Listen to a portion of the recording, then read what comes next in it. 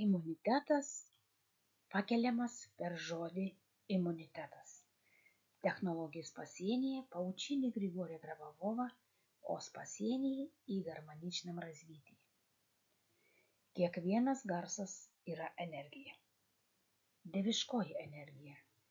Priklausomai nuo to, kokį žodį tariame, nes nuo jo vidinio turinio priklauso energija, kurią gaminame ir siunčiame į kosmosą žmonėms, gyvūnams, gamtai, žemei ir visai visatai. Žodis gali prikelti, nužudyti, palaikyti žmogų, jį išaukštinti ir panašiai. Žodžiai gali būti naudojami gydymui. Nuo ligos nusilpęs žmogus gali būti gydomas žodžiu imunitetas.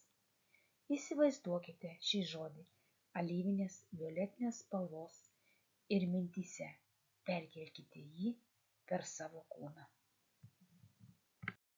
Žemyn išilgai kūno, aukštyn išilgai kūno, priešais jūs iš dešinės į kairę įstrižai, išilgai kitos įstrižainės, horizontaliai prieš jūs, horizontaliai iš nugaros.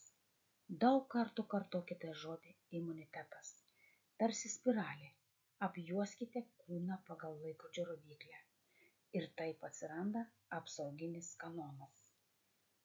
Žodis harmonija, kuris subalansuoja harmoninių organų darbą organizme.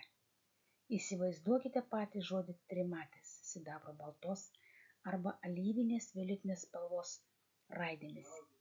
Įdėkite per galvos vainiką ir nuosekliai praleiskite per visas harmoninės liaukas vieną po kitos.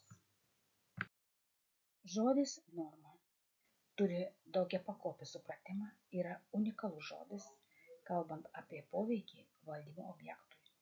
Žodžio galimybė beribė, tačiau reikia suprasti atsakomybę už jo vartojimą, valdant pasaulį ir save.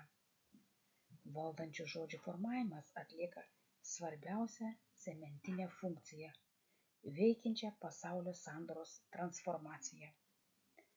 Kuriamos iškreiptos frazės reikšmės neša pasaulio iškraipymo antspaudus, kurie koncentruojasi į visus elementus ir sukelia fizinės materijos būsenos bei pasaulio įvykių iškraipymą.